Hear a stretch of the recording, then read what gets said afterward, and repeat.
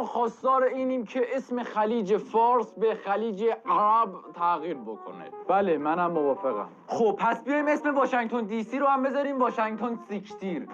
اسم برج خلیفه رو هم بذاریم داشاخ کوچولو. من اعتراض دارم. السیکتیر بابا، یه کاری نکن جلو جمع انگولت کنم. فکر نکن بزرگتر تو آوردی اینجا جات امنه.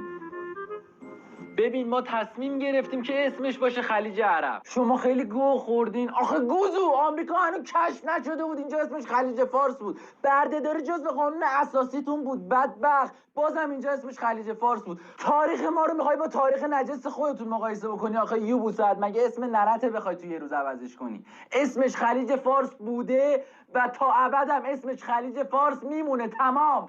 من اعتراض دارم. یه بار دیگه گو بخوری همون برج خلیفه رو میکنم